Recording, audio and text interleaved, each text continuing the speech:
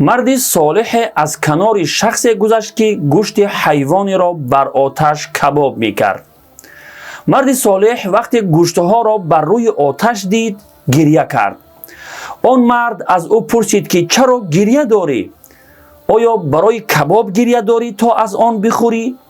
مرد صالح در جواب فرمود: نه، گریه من برای کباب نیست. به خوردن آن نیازی ندارم، بلکه گریه من به خاطر انسان هاست. ببین، حیوانات وقتی در آتش کباب می شوند که مرده اند و جان در بدن ندارند، اما ما انسان ها در آخرت در حال در آتش جهنم عذاب می شویم که زنده ایم و در بدن جان داریم. عذاب را حس می کنیم. پروردگارا، جسم ما توان عذابت را ندارد.